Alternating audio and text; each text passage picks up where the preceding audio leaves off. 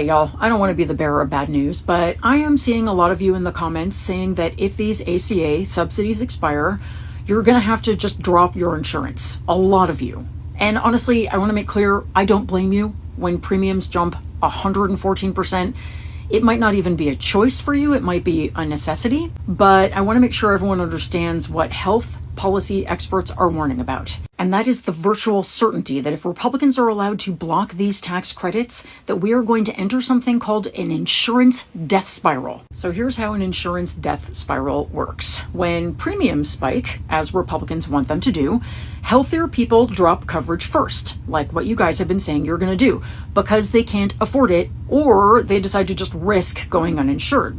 Now, the Congressional Budget Office has already estimated that 3.8 million Americans will drop coverage if these tax credits expire. So who's left in the insurance pool? Mostly older, sicker people who absolutely need coverage for chronic conditions and can't go without it even if it bankrupts them. So now insurers are only covering the most expensive patients. Their cost per person skyrocket, so they raise premiums even more to cover that. That pushes out more people who were just hanging on. Premiums go up again, more people leave, and it spirals. Eventually, the market collapses entirely, insurers pull out, and there's no coverage available to buy at any price. That's why it's called a death spiral. Now, Blue Cross Blue Shield is already warning about this exact thing in their rate filings. They said they expect healthy people to drop coverage, which will cause premiums to increase by another 6.6% on top of everything else. That right there is the sound of the death spiral starting. Now, healthcare providers are projected to lose $32 billion in revenue in 2026 if these subsidies expire. Rural hospitals that are already barely surviving will close. Some counties might have no insurers and no hospitals at all.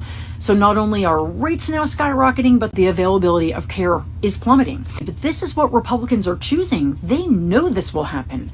They have been warned by insurers, by hospitals, by economists, and they're still blocking the extension of these subsidies so that they can protect those tax cuts for billionaires. So if you're one of the millions of people who's about to lose coverage or can't afford the new premiums, please don't just accept it.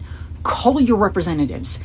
Tell them you can't afford a 114% premium increase. Tell them about the rural hospitals in your area that will close. Tell them you will remember this in November. Because once this death spiral starts, it's incredibly hard to stop. And Republicans need to know there will be consequences for letting it happen.